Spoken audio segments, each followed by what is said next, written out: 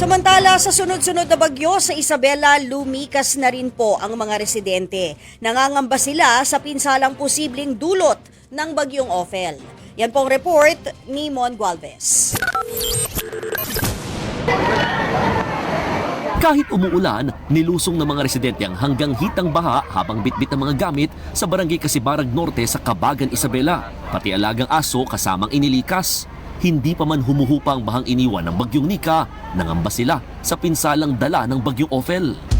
Diyan kami natatakot kasi sobrang taas ng tubig dito. Kailangan likas agad kasi ayaw namin mangyari sa mga tao dito kasi malakas ang agos dito.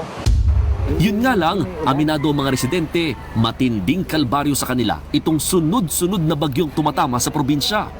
Kakapagod po, mahirap din po ang lumikas. So gawa na din ng nakakaistorbo sa mga pang-araw-araw. Wala kaming pagkukuhanan ng pwedeng pang-araw-araw namin dito.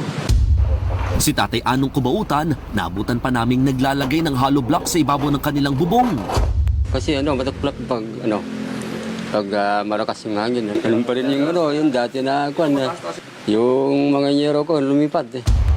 Di tulad sa bagyong Nika, pabugso-bugso lang ang hangin pero walang patid na mahihinang ulan ang dinala ng bagyong Ophel sa Isabela.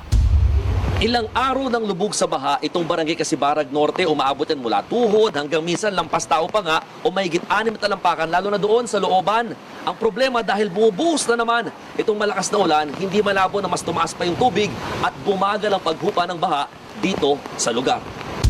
Sa bayan ng Tumawini, kasamang inililika sa mga alagang baka. Halos mapuno naman ang covered court na ito ng ibang mga nag-evacuate. Kasama riyan ang pamilya ni Maria Fe na nakatira malapit sa ilog. Sa tuwing may bagyo, matinding trauma na raw ang nararanasan nila mula ng liparin ng hangin ng kanilang bubungan.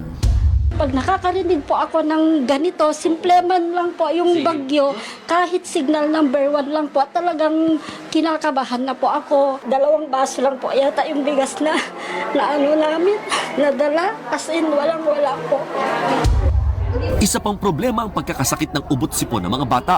Kaya agad silang sinuri at binigyan ng gamot maging vitamins. Namahagi rin ng hygiene kits ang lokal na pamahalaan ng Tumawini sa kada pamilya.